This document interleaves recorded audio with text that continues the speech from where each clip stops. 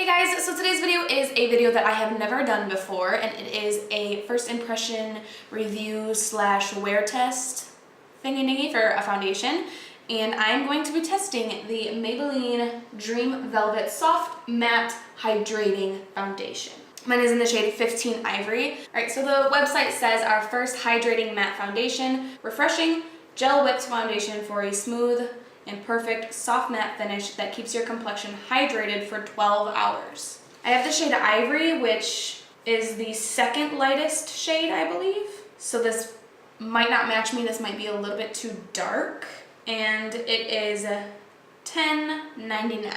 I'm gonna go ahead and prime just the left side of my face to see if that helps the longevity or the application, see if it goes on a little bit smoother.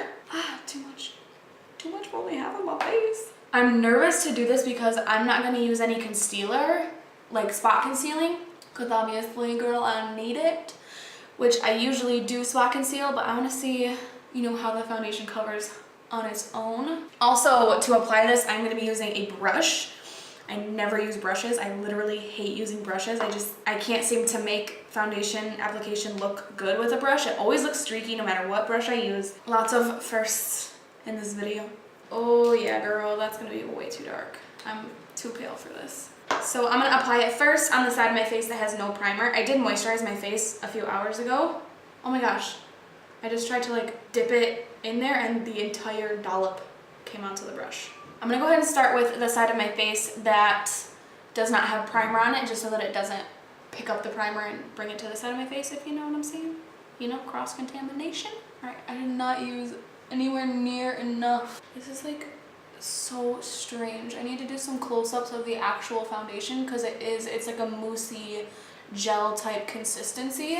Maybe I should zoom you in. Maybe I'll zoom in. It actually is covering pretty well. Definitely does not match. Definitely way too dark, but I'll try and fix it with some concealer. I'm actually really impressed with the coverage. I thought that the coverage was gonna be a lot worse, but I'm actually pretty impressed. All right, I am gonna go in for more, because that dollop, I don't know if you saw the size of the little dollop that I put on my hand, but it wasn't even enough to cover one half of my face. I mean, the average person doesn't need as much coverage as I do, so, take that for what it means to you.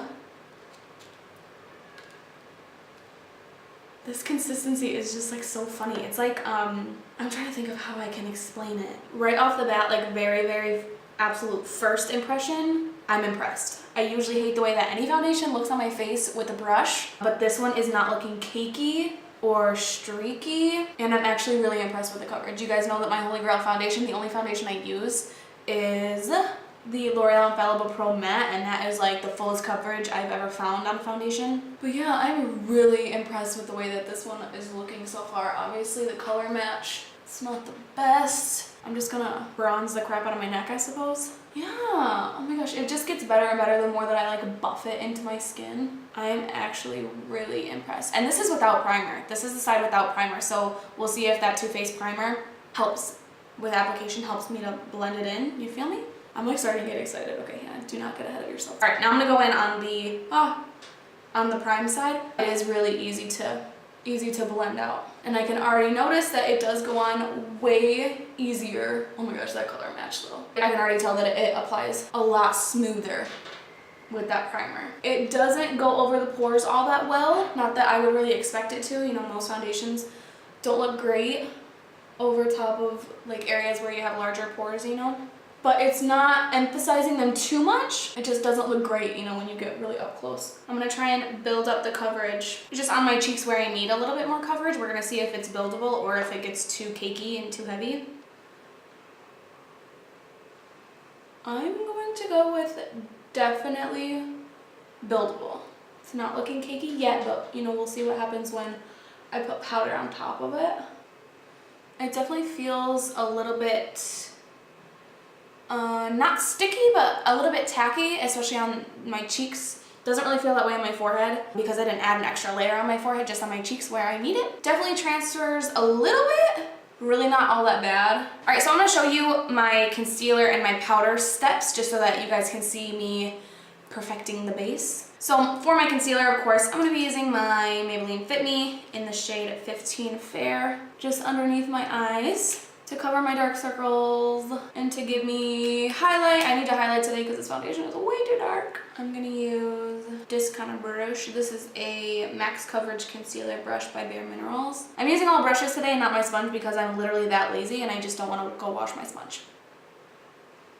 I am going to powder my whole face today. I know that that's not ideal to, you know, check and see how long a foundation is gonna last on its own, but I have such oily skin. I will be a oily, melty, hot mess if I don't set my face. I'll just do a really light layer of powder. On me, it's more of a, you know, a demi-matte finish, and that is what it claims to be. It doesn't claim to be like super matte or anything like that. Like the Pro Matte from L'Oreal, that sucker is like matte. All right, I'm going to set my under eyes. I'm using my RCMA No Color powder and this Elle brush. This is the, what is this called? Small tapered brush. They don't have the names on the actual brush. How stupid is that? You know what? Is this a small tapered brush? Dang it, no, this is the small tapered brush. This is the highlighting brush. I'm gonna set my under eyes with this powder a little bit heavier than I'm gonna set the rest of my face with the powder because, like I said, I don't want to alter the finish of the foundation too much. I will be a creasy mess if I don't set. Some of us just can't get away with that. Now I'm just taking a powder brush, get some of that powder, set the face. We're gonna call that good. I'm gonna go ahead and show you like a real up close and personal view of what my face looks like. Honestly, I'd like to be even closer than that, but if I get closer, I'm gonna be out of focus. Maybe I'll get my Sony. Oh, girl, where is my Sony? So as you can see, it's way too dark for my skin tone. It's not doing the best job I've ever seen of covering my acne, but it's not emphasizing it, which is a plus. A lot of face products that I've used just make my acne look worse. It's not horrible, but it's not the best either. And my pores are definitely emphasized right here in this area.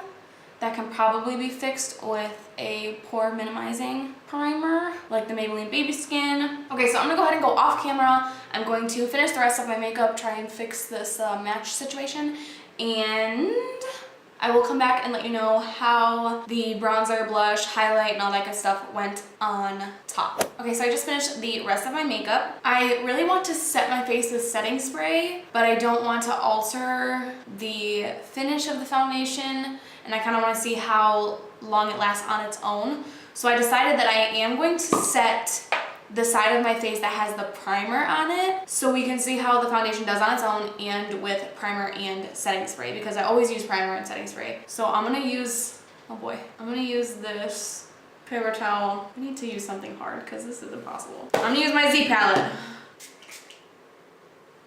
I'm using the Maybelline Master Fix setting spray. So that definitely helped take away some of that powdery look, which wasn't too present because I didn't use that much powder on my face, and it definitely made my highlight more intense. All right, so the bronzer, the blush, and the highlight went on just fine. The blush and the highlight I had no problems with. The contour, it sort of emphasized my acne a little bit. It wasn't anything crazy, and now that I have the rest of my makeup on top, and this side I set, this side I didn't, it got better, but just right off the bat when I, you know, applied it and I started to blend it out a little bit, my acne looked a little bit more prominent. So everything blended just fine on top of the foundation. Nothing was disturbed, nothing was lifted. All right, so we're gonna call the check-in time noon, because that's when I finished applying the actual foundation. So I'll come back in 3 or 4 hours and let you guys know how the foundation is holding up. All right, so it is now 3 o'clock on the dot, and it's looking really good. So it hasn't worn off too much. It's creasing really bad around my nose. Maybe fading, I think it's fading on my jawline a little bit. My smile lines are definitely creasing. Does not look cute right above my lip right here. It's my smile lines, it's kind of starting to wear off a little bit. So yeah, you can definitely see my skin peeking through. Really creasing really bad up in my nose. Like I said, it's sort of separating in my, like above my cupid's bow. My forehead looks great. Totally normal on my forehead, but it's starting to look cakey on my nose and my cheeks and all the areas where I added more after, and it's definitely separating down the center of my face, on my nose, my cupid's bow, and my chin, and like around my mouth. It's kind of starting to fade a little bit. Overall, I don't think that it looks too bad, especially from like far away. It's rubbed off of my nose. That's the first place that my foundation usually rubs off, so that's not surprising. My two smile lines, this one has creased significantly less than this one, and this is the side with no primer, and this is the side with primer and setting spray, but overall it's not bad. I'm gonna see how it looks in about 3 more hours, probably at 6 p.m. so I will be right back. All right, so it is now 6:13. So it's been on for about 6 hours. I haven't really noticed too much difference since earlier. My bronzer and blush and highlight pretty much look the same on either side. So this side is the side with primer and setting spray, and this smile line is definitely starting to crease, but it doesn't look anywhere near as bad as the side with no primer. It's still, well, it looks like it's worn off right here on my jaw a little bit. Definitely still creasing around my nose, still separating around my cupid's bow.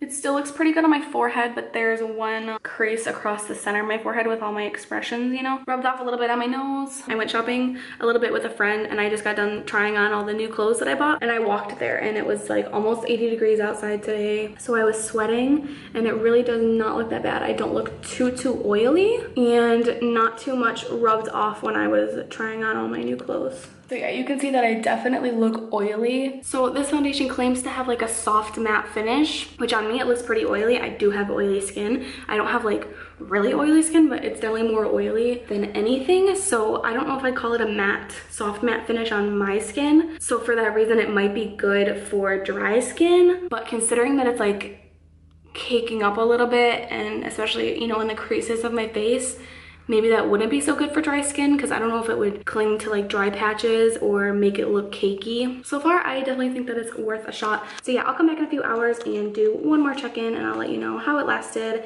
and my final thoughts. All right, guys, so it is 9:24 at night. So the foundation has been on for about 9.5 hours. I would say that that is a pretty good amount of time to figure out how I like it. I am definitely looking super oily, a lot more oily under these lights, that is for sure. So if you have super oily skin, I don't know if I would consider this a soft matte finish. I would consider it a very soft matte finish. But again, I didn't use that much powder. I just sort of lightly dusted it all over my face. Same thing really as earlier. This smile line is still much worse than the side that I used with primer. Both sides, my nostrils, you know, around my nostrils, it's still very cakey, kind of separated a little bit. Above my lip, it's separated. My forehead still looks good.